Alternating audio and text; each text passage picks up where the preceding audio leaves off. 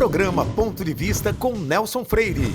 Oferecimento: Sistema Fé Comércio RN, trabalhando para o desenvolvimento do RN. Consórcio Eldorado, quem sonha junto, realiza. Esterbom, é Esterbom. Sicredi, pode sonhar, juntos a gente realiza. Sebrae, a força do empreendedor brasileiro. Vale muito ser Unifacex, a instituição que há 50 anos entrega uma educação de qualidade. Acesse unifacex.com.br. Lemon, sua satisfação é o nosso combustível. O programa Ponto de Vista com Nelson Freire está no ar. O programa Ponto de Vista de hoje, inaugurando o novo estúdio da Mais Vídeo Produtora, recebe o advogado Marcelo Macedo, formado pela nossa UFRN, ele que é mestre pela PUC de São Paulo, fez mestrado em 2016, ele é doutor em Direito Tributário pela USP, que fez esse doutorado em 2019 e atualmente exerce o cargo de conselheiro junto à primeira secção de julgamento do Conselho Administrativo de Recursos Fiscais, o CARF, que é órgão vinculado ao Ministério da Fazenda em Brasília. Meu amigo Marcelo, uma alegria muito grande receber você, batendo esse papo que será muito esclarecedor para todos os telespectadores. Quero agradecer por você ter aceitado o convite. Tudo bom, Nelson? Na verdade, eu que agradeço o convite, tá? Na verdade, é uma satisfação, é uma honra imensa estar aqui com você nesse programa. Então, desde já, eu que agradeço. Será uma satisfação poder contribuir de alguma forma. E também é uma satisfação inaugurar esse estúdio que está belíssimo. Eu já queria desde já dar parabéns a você, a toda essa equipe. Está tudo muito bonito aqui. Que beleza! E está sendo inaugurado de forma extremamente importante com a sua presença. Eu quero aproveitar e mandar um abraço para todos os telespectadores, que certamente vão absorver bastante esse papo, em especial o advogado Indenberg Dutra, que tenho certeza está assistindo a gente agora. Marcelo, você é natural de onde? Eu sou daqui de Natal mesmo, nasci, sou criado aqui, meus pais também são daqui, apenas minha avó é paterna, né, que ela é de Belém, mas veio para cá muito cedo. Pela sua juventude, qual é a sua idade? Eu não sou mais tão jovem assim, tá, Nelson? Eu já tenho 32 anos, já tenho uma bagagenzinha, não é muita coisa, bem verdade, mas já tenho uma bagagenzinha. Eu topo mudar com você, a minha idade pela sua, você está dizendo que não é jovem? Se eu carregar a experiência comigo, eu aceito, eu topo, viu? Marcelo, em que ano você se formou na nossa UFRN? Veja só, Nelson, eu me formei na UFRN mais precisamente em novembro de 2013, tá? Foi o final do meu curso, escola no grau início de 14. Terminei meu curso lá, 5 anos, e logo depois que me formei, eu fui direto para São Paulo, apesar de ter me formado na UFRN, basicamente esse início meu de carreira foi todo construído em São Paulo, né? Em São Paulo? Em São Paulo. E isso, basicamente, por dois motivos principais. O curso de Direito, você deve saber melhor do que é um curso que é muito abrangente, então ele te dá muitas oportunidades. E eu confesso que quando eu entrei no curso eu não tinha muita certeza do que eu queria, salvo de que eu queria ser professor. Eu sempre tive muita certeza, meu pai, talvez pelo fato de ter sido meu professor, eu sempre tive muita certeza de que queria dar aula. Para isso eu precisava fazer um mestrado e um doutorado, e eu tive a sorte, no meio do meu curso, encontrar um professor brilhantíssimo de Direito Tributário, o professor Luiz Alberto Gugel, que hoje é ministro do STJ, e assim, eu me apaixonei, nós tínhamos apenas um crédito de Direito Tributário na universidade, mas eu acabei fazendo mais de uma vez com ele, isso me encantou pelo Direito Tributário, e como na época o Direito Tributário aqui, ele ainda era muito incipiente, e a gente na verdade não tem um curso de doutorado, eu me formei e já fui direto no mesmo mês para São Paulo para fazer meu mestrado e meu doutorado. Agora, nós falamos que você é membro de um conselho, do CARF. O cargo de conselheiro, você começou ele quando? Nelson, em 2019. E aí, trazendo para o que você falou, não é engraçado até isso, porque de fato, direito tributário é uma matéria pesada e costuma-se falar que ou você ama ou você odeia. Não tem o meu termo que você tolera. Eu, como já falei, tive a sorte de ter um brilhantíssimo, super competente professor, que me fez me apaixonar pela matéria. E eu também fui muito sortudo nesse ponto, porque, como meu pai foi professor também da universidade, foi inclusive meu professor, ele tinha sido também professor de 2 nomes hoje, que eu acho que são nomes de renome nacional no direito tributário. E eu tive muita sorte, por quê? Porque já perto de me formar, eu tive a oportunidade de ir para São Paulo, estar perto dessas pessoas. Hoje em dia tem 2 nomes que se você puxar no direito tributário, você não tem como pensar neles.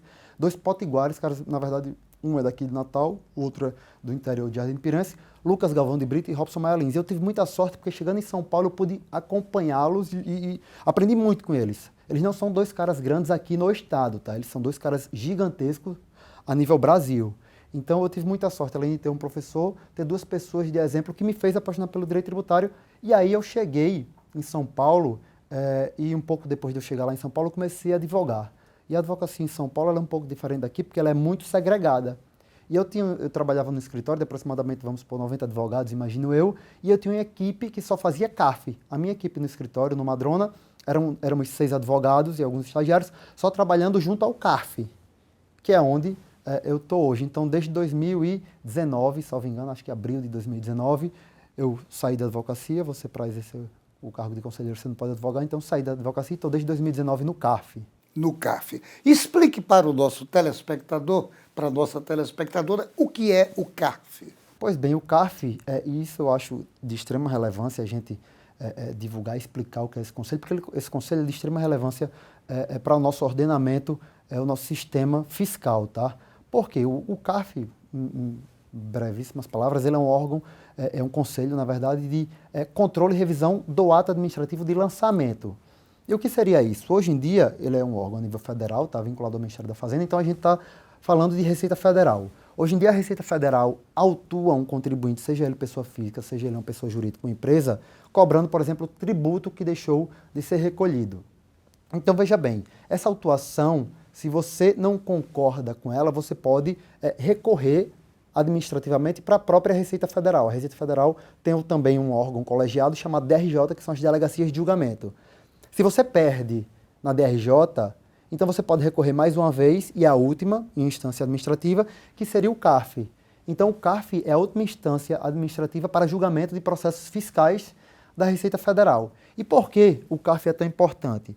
Primeiro porque o CARF tem uma grande vantagem se você tem um débito, não vou falar em dívida porque ainda não está constituída, mas se você tem um débito, se você tem um orçamento constituído pela Receita Federal. Via de regra, para você discutir o seu débito na justiça ordinária, na justiça comum, no Poder Judiciário, você precisaria garanti-lo. Então, se a Receita Federal chega te cobrando, por exemplo, 1 milhão, você só discute 1 milhão se você chega e fala lá, juiz, está aqui 1 milhão garantindo o débito, agora vamos discutir se ele é devido ou não. Administrativamente, não. Você pode discutir o teu 1 milhão supostamente devido sem precisar garanti-lo. Então, isso é uma grande vantagem. E outra grande vantagem que eu diria é que o CARF é um conselho altamente técnico. Ele é um conselho que respira e vive direito tributário. Então, ele é um órgão é um conselho paritário, formado por... A minha turma, por exemplo, são 8 conselheiros, 4 representantes da sociedade, 4 auditores fiscais. Ele é muito técnico, são pessoas que têm experiência e vivência no direito tributário. Para você ter um exemplo, nessa aqui muito brevemente, existe um estudo do CNJ que levantou os problemas do contencioso judicial tributário. E um dos pontos desse estudo, ele levou em conta a especialização dos julgadores, magistrados, em matéria tributária. O tribunal aqui do Tribunal de Justiça do Rio Grande do Norte e o nosso Tribunal Regional Federal não mandaram dados da especialização dos nossos magistrados. Mas, por exemplo, nós temos dados do Tribunal de Justiça de Minas Gerais, que conta apenas com 17 membros, entre magistrados de primeiro grau e desembargadores, com especialização, seja ela uma especialização stricto sensu, seja ela um mestrado ou um doutorado. Então, vamos supor, salvo engano, o Tribunal de Justiça tem 140 desembargadores e mais aproximadamente 1.000 juízes. De 1.000 e alguma coisa membros, magistrados, apenas 17 possuem alguma instrução, alguma especialização em direito tributário. Então, veja, na minha turma, por exemplo, de CARF, de 8, 7 possuem pelo menos especialização, mais 4 têm mestrado. Então, assim, você vê que são pessoas que respiram direito tributário. Então, é muito melhor você discutir, hoje em dia, uma demanda em âmbito de CARF do que em âmbito de poder judiciário. Não que nós não tenhamos magistrados excepcionais, como de fato nós temos aqui no Estado e também aqui no nosso Tribunal Regional Federal, excelentes magistrados. Mas, de regra, se você pegar em números, o CARF ele é muito mais técnico. Muito mais técnico. Além de tudo que você está dizendo, quais são outros requisitos para você compor o Conselho? Bem, para você compor o Conselho, como representante da sociedade, você precisa ser... Isso é uma das grandes críticas que são feitas ao CARF, tá? Porque você só consegue ingressar a partir da indicação das confederações representantes das indústrias. Então, por exemplo, eu sou conselheiro vinculado à CNI, Confederação Nacional das Indústrias. Então, a CNC tem assento no CARF, a CNF do Sistema Financeiro Banco tem assento no CARF, a CNS de Saúde. Então, veja bem, os conselhos representativos, não as federações, tá? Não é a FIERN em si, por exemplo, aqui do Estado, é a CNI, âmbito nacional, manda uma lista tríplice para o Conselho. O Conselho tem um corpo, tem um time que vai avaliar essa lista tríplice, formada inclusive pelos juristas de maior renome do país. E ele analisa essa lista tríplice e vota a lista tríplice numa ordem, primeiro, segundo, terceiro. Essa lista, então, vai para o ministro, hoje o Haddad, e o Haddad nomeia dentro dessa lista algum representante para compor o Conselho. Então, precisa ter, por exemplo, uma experiência comprovada, você precisa juntar petição, trabalhos desenvolvidos a nível de DRJ e a nível de CARF, em pelo menos 3 anos. Você também precisa ter exercido a advocacia por mais um tempo e você precisa ter especialização reconhecida na área. Então, assim, é um conselho que, de fato, ele faz um filtro para entrar bem afunilado. Não saia daí. Nós voltamos em instantes para o nosso segundo bloco. Programa Ponto de Vista, com Nelson Freire. Você que é empreendedor da Zona Norte, sabia que o Sebrae agora está bem pertinho e com toda a estrutura de um dos maiores shoppings de Natal?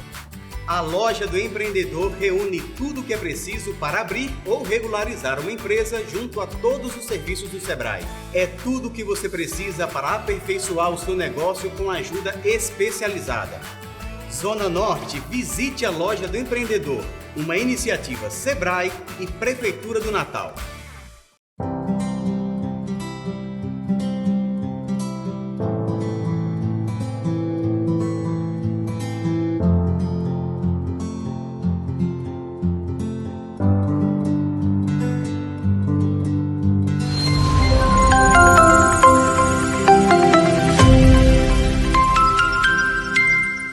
Por que escolher um dos postos Lemon? Tem sempre um no seu caminho. São 6 unidades pertinho de você. Posto Pinheiro Cidade Satélite, Posto Pinheiro Neópolis, Posto J Flor 2 Quintas, Posto J Flor 2 Tic Sept Rosado, Posto Boa Praça Alecrim, Posto Potengi Bom Pastor. E mais, aqui você encontra combustíveis de qualidade, Wi-Fi na pista, bom atendimento e toda a comodidade necessária. Além de atendimento 24 horas. Postos Lemon, a sua satisfação é o nosso combustível. Deixa eu te perguntar, quem não gosta de ter segurança financeira, poder fazer planos ou ver a sua empresa dar certo? E é por isso que milhares de pessoas no Rio Grande do Norte inteiro fazem parte da Sicredi, a maior e mais sólida cooperativa de crédito do estado. Hoje a Sicredi está em todas as regiões. Já são 8 agências apoiando empresas, melhorando a vida das pessoas e impulsionando a economia local. E é assim que a Sicredi abraça o Rio Grande do Norte. Que tal estar dentro desse abraço também? Venha ser Sicredi. Sicredi. Você sabe por que vale muito ser Unifacex? Somos uma instituição potiguar que atua no mercado há 50 anos, trabalhando a serviço de uma educação de qualidade e inovação. Fomos eleitos o melhor centro universitário do Brasil por 2 anos consecutivos. Acreditamos que o ensino de qualidade se faz com uma boa estrutura e um corpo docente qualificado. Por isso, oferecemos aos nossos alunos uma formação completa, aliando teoria e prática por meio da nossa estrutura, que conta com biblioteca, laboratórios equipados para todas as áreas do conhecimento e as clínicas escolas de fisioterapia e odontologia. O aluno também recebe todo o suporte necessário para o ingresso no mercado de trabalho, através do nosso programa de estágio, garantindo toda a segurança necessária para o seu início de carreira. Venha nos conhecer e dar início à sua graduação. Já estamos com matrículas abertas. Daqui a 20 anos, muita coisa vai mudar no mundo. Os carros autônomos estarão por toda parte.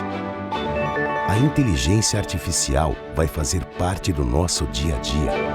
A biotecnologia vai eliminar doenças e nos ajudar a viver mais. As relações vão ficar mais próximas ou mais distantes. E todo mundo, dizem, vai falar a mesma língua. Mas por enquanto que o futuro não chega, você pode se preparar da melhor forma, aprendendo novos idiomas, diminuindo distâncias e fazendo o seu mundo maior. Nestes 20 anos, o Senac Idiomas comemora suas conquistas, ajudando você a chegar aonde você quer estar. Senac Idiomas, 20 anos, celebrando seu futuro. Programa Ponto de Vista, com Nelson Freire. Voltamos ao bate-papo com o advogado Marcelo Macedo. A pauta tributária é sempre recorrente.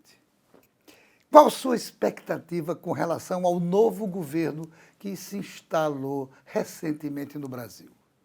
Veja bem, Nelson, de fato, a pauta tributária é sempre recorrente. Tem alguns estudos que mostram há pelo menos 30 anos, todo novo início do governo, se fala muito que pretende-se inclusive dar uma prioridade a essa questão da pauta fiscal, das reformas tributárias, de mudanças na legislação tributária. Com o governo Lula não é diferente, inclusive, pelo menos desde janeiro, o ministro que está mais em evidência a todo tempo aparecendo é o Haddad, sem dúvida alguma, seja pelas medidas já tomadas, seja pelas medidas prometidas que estão por vir.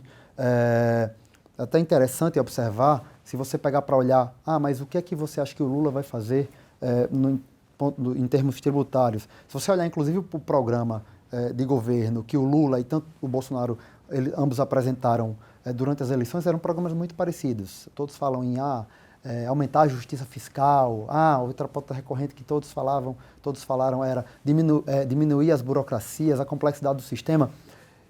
Com o Lula não é diferente, ele promete. Óbvio, o governo é uma tendência mais de esquerda, como nós sabemos, ele pretende e promete um Estado, uma administração um pouco mais inchada, mais gastos, e com isso ele precisa aumentar a arrecadação. Ele promete, ao mesmo tempo, melhorar a justiça fiscal, quer dizer, aumentar a progressividade nos nossos impostos, tributar quem ganha mais e aliviar em quem ganha menos. E ele quer fazer a tão esperada, já há muito tempo, e não por ele, inclusive, se não me engano, em 2013 ele já prometia isso, a questão da simplificação do imposto sobre o custo dos impostos, né? Digamos, tributos, na verdade, tem uma PIS e COFINS no meio, mas dos tributos sobre consumo. Então, assim, é algo que está em total evidência. Hoje em dia não se discute outra coisa no governo.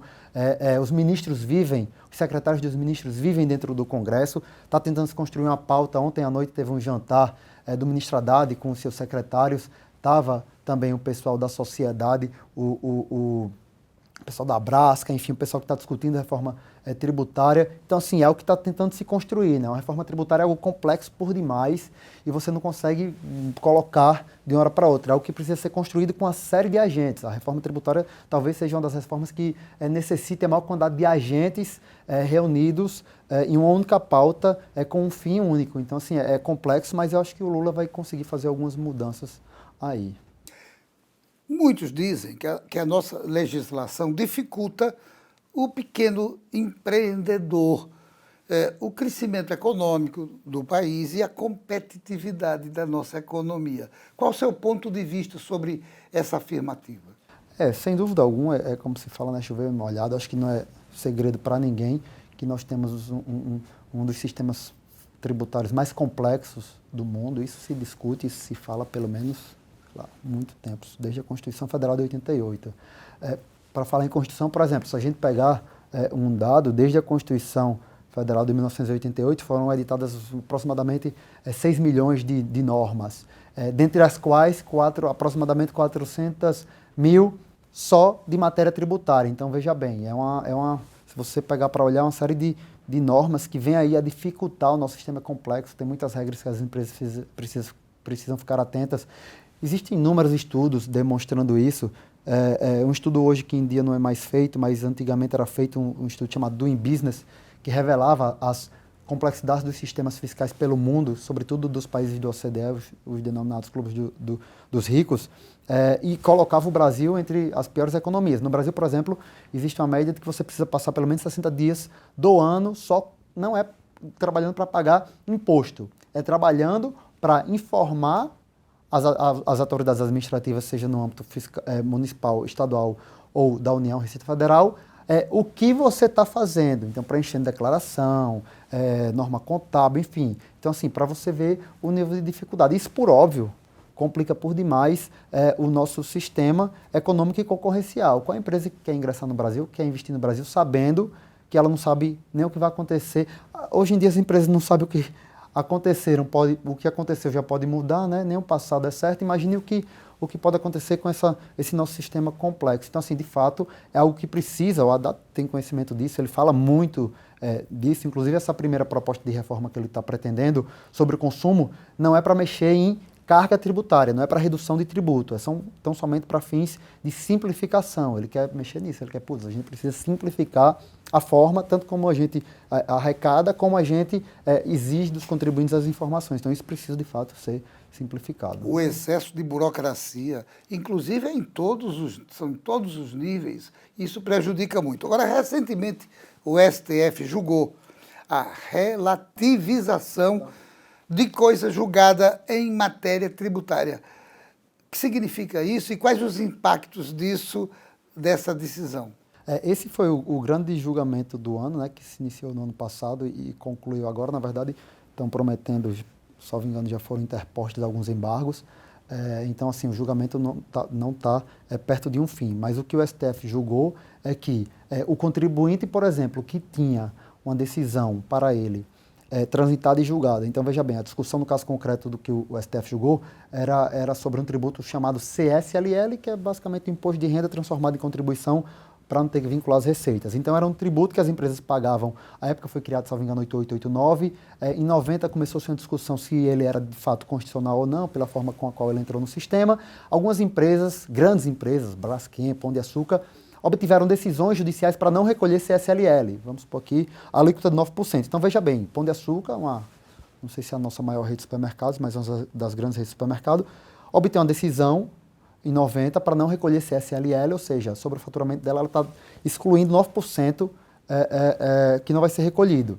Esse ano o Supremo vem e diz, não, se uma decisão do Supremo anterior tiver declarado a CSLL, como no caso aconteceu, salvo engano, em 2007, o Supremo disse que não, a CSLL é constitucional. Então você, Pão de Açúcar, que tinha uma decisão, não sei de quando, mas dizendo que você não precisava pagar, você vai precisar pagar. A questão era, a partir de quando? A partir de quando o Supremo disse que a CS era constitucional, 2007, ou a partir desse ano que o Supremo disse que essa coisa julgada, quer dizer, o que ele disse em 2007 se sobrepunha à sua decisão que você tinha para você. Então, a análise do Supremo, nesse caso, foi toda com base numa questão de segurança jurídica, quer dizer, o Pão de Açúcar tinha, no nosso exemplo, tinha uma decisão dizendo que ele não precisava pagar, mas depois o Supremo, em outra decisão, erga omnes, que valia para todos, dizia, não, você precisa pagar. Então, existe segurança jurídica de que a tua decisão, no teu caso, vale, ou você precisa seguir a decisão do Supremo que o Supremo deu para todos. Mas, em contraponto a isso, o que é que existe? A concorrência e o livre mercado. Porque, veja só, o Pão de Açúcar é um dos grandes grupos, desde, vamos supor, 2003, salvo engano, ele tem uma decisão para não recolher CS. Então, você vem, abre o teu supermercado e você, no seu supermercado, você está recolhendo CS. Como é que você vai competir? Primeiro, com o Pão de Açúcar, que é um gigante. Segundo, que você está recolhendo um tributo, uma contribuição que o Pão de Açúcar não paga. Então, o Supremo colocou e sopesou, de um lado, a livre iniciativa, de um lado, o direito concorrencial, e do outro a segurança jurídica, e disse não, a gente não pode influenciar no mercado a ponto de que só porque o Pão de Açúcar, por exemplo, tem uma decisão para ele vai ter um benefício extremamente elevado em face dos seus concorrentes que, por exemplo, não tenha. E aí essa decisão do Supremo disse não, Pão de Açúcar, quebra-se automaticamente a tua decisão a partir da data em que o Supremo, nós declaramos que a CS era constitucional, por exemplo. Então, em 2007, que o Supremo declarou que a CS era constitucional, o Pão de Açúcar vai ter que recolher. O problema é que o Pão de Açúcar não vinha recolhendo, né? Então você imagina o passivo que você está criando para uma série de empresas. Então, assim, são passivos bilionários, valores super expressivos que não estão lançados. A gente teve agora o caso recente da Americanas, que foi um erro contábil. Aqui não é erro contábil. Aqui nós não temos valores lançados na contabilidade, porque de fato o Pão de Açúcar não lançava porque tinha uma decisão judicial dizendo que não era necessário. Ele acreditava que aquilo estava correto. Agora o Supremo vem e diz, não está correto, você precisa lançar. Do nada você pega a contabilidade, que não tem nada e puf, inflama com um passivo gigantesco. Então, assim, o Congresso já começou a discutir isso, se vai poder passar. Vamos criar projeto para parcelar, vamos criar projeto para quebrar a decisão do Supremo e construir uma modulação de efeito, que só vai valer a partir de 2023. Enfim, isso aí está sendo construído. Um outro assunto que eu tenho que perguntar a você, Marcelo, nós vivenciamos um período crucial com a questão do Covid-19. Veja bem, o setor produtivo foi muito atingido, inclusive aqui no Rio Grande do Norte. O turismo, por exemplo, sofreu bastante, porque o turismo é uma grande atividade econômica do Rio Grande do Norte.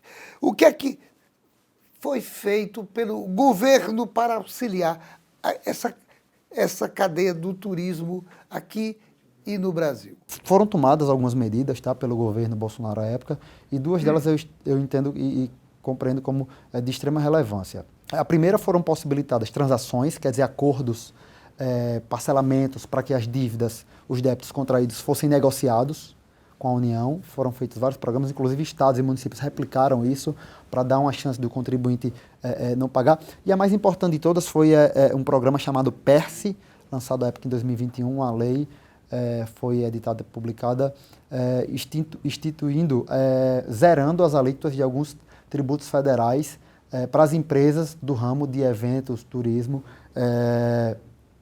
IR, CS, PIS e COFINS. Então, veja bem, foi um benefício extremamente relevante e importante para o setor.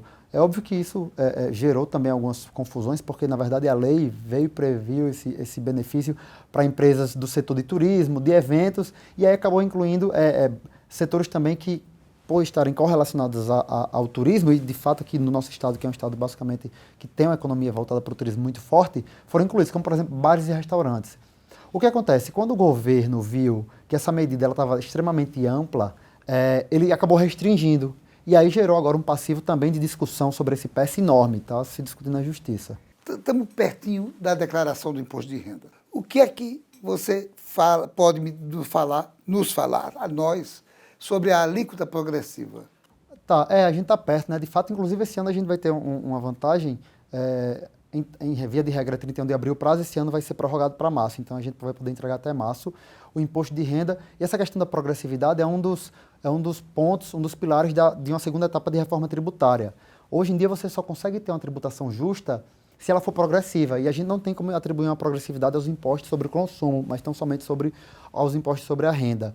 Então, de fato, o tema da progressividade é extremamente importante. A gente hoje em dia tem alíquotas. Nós temos, o presidente Lula, inclusive, prometeu aumentar a isenção, que hoje é de 1.900 para 2 salários, que ele prometeu aumentar para 2.200, mas nós temos, por exemplo, nossa última faixa de alíquota, quem ganha até R$ 4.600 mês, paga a última alíquota do imposto de renda, que é 27%, então quer dizer, é muito baixa. Então, assim, se discute isso, se a gente tem que aumentar a quantidade de faixas de alíquotas e aumentar as faixas de salário em cada alíquota. Então, a progressividade, sem dúvida, vai ser também pauta de debate esse ano. Em um segundo momento, o governo promete que é para discutir a reforma sobre o imposto de renda. Amigo Marcelo, só me resta agradecer. Agradecer por você ter aceitado esse convite e ter dado essa aula, uma verdadeira aula realmente sobre direito tributário. Quero agradecer, parabenizar você. Quero aproveitar que estamos na época carnavalesca, desejar para todos um bom carnaval, com responsabilidade, com cautelas, porque a cautela é sempre importante para todos nós. Bom carnaval para vocês e, mais uma vez, obrigado por você ter aceitado o convite. Muito obrigado, Nelson. A satisfação foi toda minha. Sempre que precisar contar comigo, estou aqui às ordens. E a você, meu amigo, minha amiga, telespectador, telespectadora, muito obrigado pela sua costumeira audiência. Tenha certeza, no próximo Ponto de Vista, traremos outro assunto do seu interesse.